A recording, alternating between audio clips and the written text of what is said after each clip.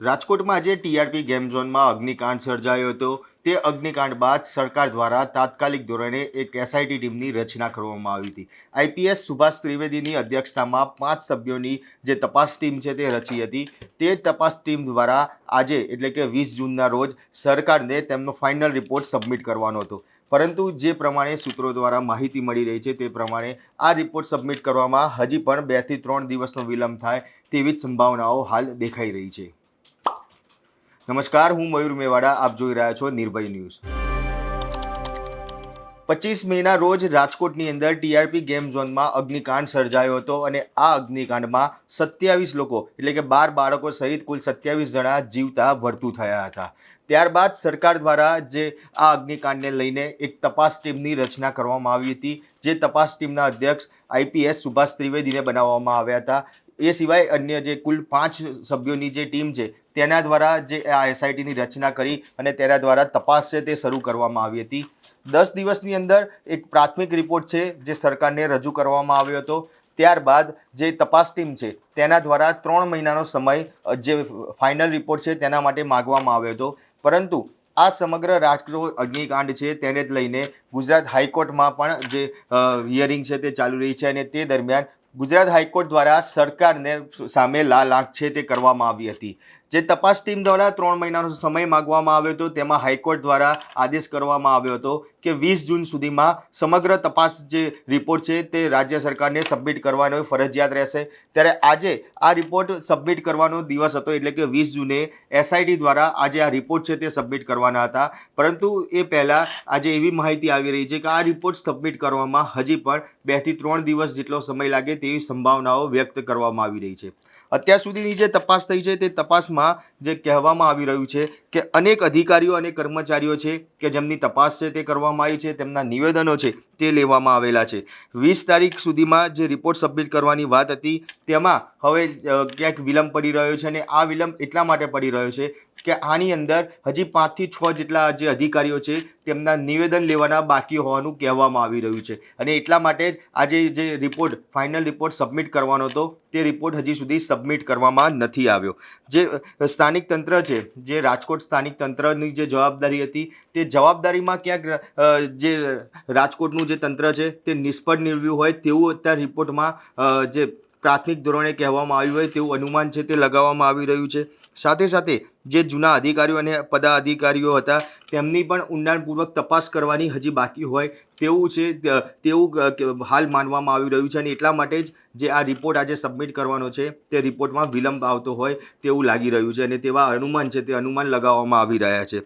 તદુપરાંત જે અગ્નિકાંડમાં સંડોવાયેલા જે લોકો છે તે તમામ લોકોને સામે જે દુર્ઘટના સમયે જે આ અગ્નિકાંડના મુખ્ય સંચાલક જે પ્રકાશ જૈન હતા તેમનું જે મોત થયું છે ત્યારે તેને લઈને તપાસ છે તે કરવામાં આવી રહી છે।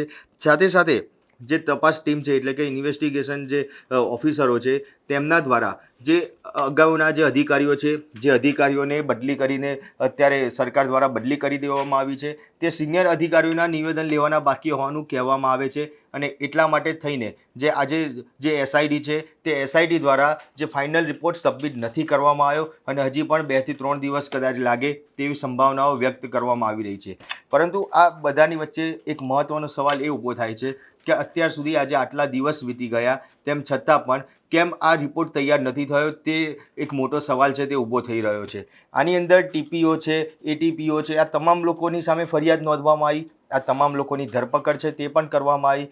પરંતુ જે જે મુખ્ય અધિકારીઓ જે કહેવાય કે જે સિનિયર અધિકારીઓ હતા કે જેમની મહત્ત્વની જવાબદારી બનતી હોય છે તે અધિકારીઓના નામ સુદ્ધા હજી સુધી ક્યાંય પેપર ઉપર લેવામાં નથી આવ્યા, નથી તેમની સામે કોઈ ફરિયાદ કરવામાં આવી।